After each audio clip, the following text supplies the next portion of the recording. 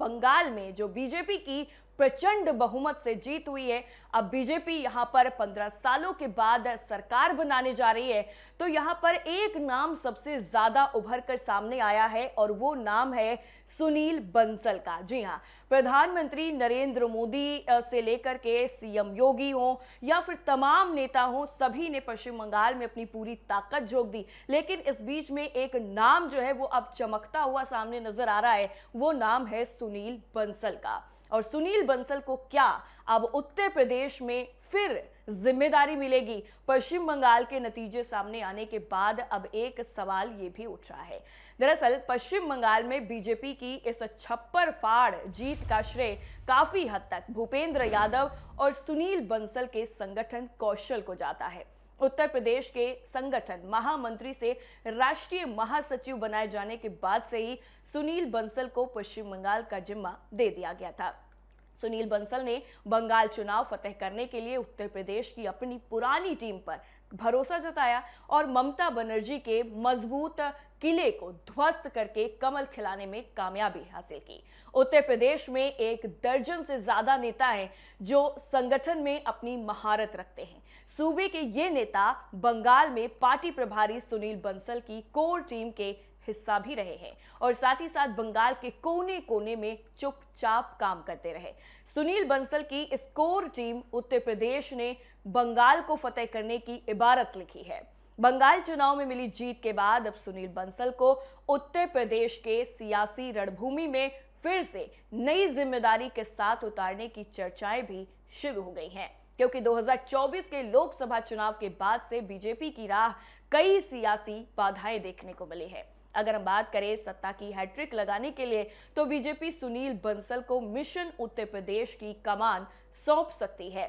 इसके साथ ही साथ जिस तरह से पश्चिम बंगाल में बंजर जमीन पर बंसल ने कमल खिलाया है, उसके बाद उत्तर प्रदेश को लेकर के भी उनसे जो उम्मीदें हैं बीजेपी की, वो अब और ज्यादा बढ़ गई हैं और इसी वजह से ये सवाल खड़ा हो रहा है कि क्या उत्तर प्रदेश में भी सुनील बंसल को कमान सौंपी जाएगी। देखिए, बीजेपी के राष्ट्रीय महासचिव सुनील बंसल को संगठन का माहिर खिलाड़ी माना जाता है। उत्तर प्रदेश से लेकर के ओडिशा और पश्चिम बंगाल तक की जमीन एक समय बीजेपी के लिए किसी सियासी बंजर से कम नहीं थी, लेकिन सुनील बंसल की मेहनत और मशक्कत के चलते कमल की सियासी फसल अब लहरा रही है। 2014 में 14 साल के बाद बीजेपी सत्ता का वनवास तोड़ने में कामयाब तो रही, लेकिन उसमें काफी ज्यादा अहम रोल कहीं ना कहीं सुनील बंसल का भी बताया जाता है।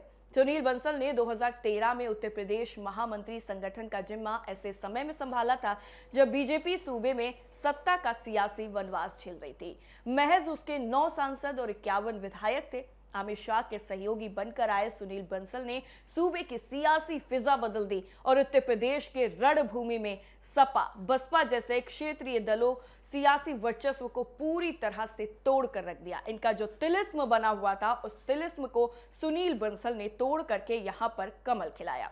2014 और 2019 के लोकसभा चुनाव और 2017 से 2022 के विधानसभा चुनाव बीजेपी जीतने में कामयाब रही और बीजेपी के इस जीत में महामंत्री संगठन के तौर पर सुनील बंसल की जो भूमिका है वो बेहद ही अहम रही थी। उत्तर प्रदेश में बीजेपी को लगातार 4 चुनाव जीतने वाले महामंत्री संगठन सुनील बंसल को पदोन्नत करके अगस्त 2022 में राष्ट्रीय महामंत्री नियुक्त कर दिया गया। उन्हें पश्चिम बंगाल, तेलंगाना और ओडिशा का प्रभार सौंपा गया और ये तीनों राज्य बीजेपी के लिए किसी पथरीली रास्ते से कम नहीं थे।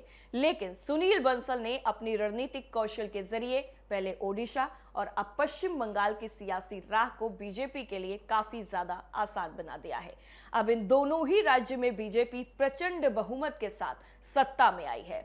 इसके साथ ही साथ बंसल की यूपी टीम ने बंगाल किस तरह से फतेह किया और अब जब दोबारा सुनील बंसल के उत्तर प्रदेश में जाने की चर्चाएं तेज हो गई हैं, तो उनकी टीम के बारे में भी समझ लीजिए। दरअसल उत्तर प्रदेश के संगठन की उस टीम के चेहरों को समझ लीजिए जिन्होंने सुनील बंसल के साथ चुपचाप महीनों से बंगाल में बीजेपी के लिए माइक्रो मैनेजमेंट में जुटे थे। इन नेताओं के जिम्मे बूथ का micro management, data planning, booth planning और कार्यकर्ताओं के बीच के मतभेद खत्म कर उन्हें संगठन के एकमात्र लक्ष्य के लिए लगने का काम दिया गया था।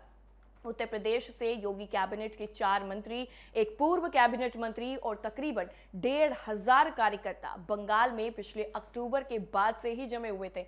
पश्चिम बंगाल में सुनील बंसल की टीम में काम कर रहे थे और उत्तर प्रदेश के वो तमाम चेहरे हैं जिनमें से ज्यादातर उनके साथ एबीवीपी में भी काम कर चुके हैं और साथ ही साथ 2014 से 2022 तक उत्तर प्रदेश में सुनील बंसल की टीम का हिस्सा भी रहे हैं।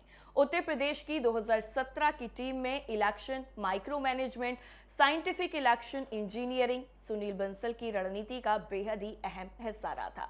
अपने उसी फॉर्मूले को उन्होंने उत्तर प्रदेश की टीम के साथ पश्चिम बंगाल में ममता बनर्जी के मजबूत दुर्ग को ध्वस्त करके कमल खिलाने में कामयाब रहे हैं। इसके साथ ही सुनील बंसल की उत्तर प्रदेश की टीम में कौन कौन है, जरा उन नामों पर भी चर्चा कर लेते हैं। देखिए, जेपीएस राठौर को सुनील बंसल का सबसे ज्यादा भरोसेमंद साथी माना जाता है। उत्तर प्रदेश की योगी सरकार सहकारिता मंत्री हैं। 2017, 2019 और 2022 में बीजेपी के चुनावी मैनेजमेंट कंट्रोल रूम का जिम्मा संभालने वाले जेपीएस राठौर 6 महीने से बंगाल में डेरा जमाए हुए थे और लखनऊ नहीं लौटे। योगी सरकार में मंत्री हैं, लेकिन बंगाल चुनाव की जिम्मेदारी ने उन्हें बंगाल में ही रोक कर रखा और इसका नतीजा ये हुआ कि यहां से ममता बनर्जी की सत्ता की विदाई हो गई। GPS Rathore micro level planning और माइक्रो लेवल बूथ मैनेजमेंट के माहिर माने जाते हैं। जीपीएस राठौर को बंगाल में पूर्वी और पश्चिम मेदिनीपुर की 35 विधानसभा चुनाव की जिम्मेदारी दी गई थी और कुछ दिन पहले ही उन्होंने मीडिया से जब बात की थी तब उन्होंने कहा था कि हमारा आंकड़ा 180 के नीचे नहीं रुकेगा, लेकिन कहां तक रुकेगा ये नहीं बता सकता और उनकी बात पूरी तरह से सच साबित हुई और पश्चिम बंगाल में बीजेपी 150 के पार पहुंच जाती है और यहां पर प्रचंड बहुमत के साथ बीजेपी की सरकार बन जाती है। अब जिस तरह से पश्चिम बंगाल में मुख्यमंत्री को लेकर के भी कौन होगा मुख्यमंत्री, ये बड़ा सवाल उठने लगा है और देखना ये होगा कि क्या बीजेपी यहां पर बाकी राज्यों की तरह चौंकाती है या फिर कोई ऐसा चेहरा जो सामने है लेकिन अभी वो मुख्यमंत्री नहीं है उस पर मोहर लग जाती है। ये देखना बेहद ही दिलचस्प होगा। फिलहाल मेरे साथ इतना ही। नमस्कार।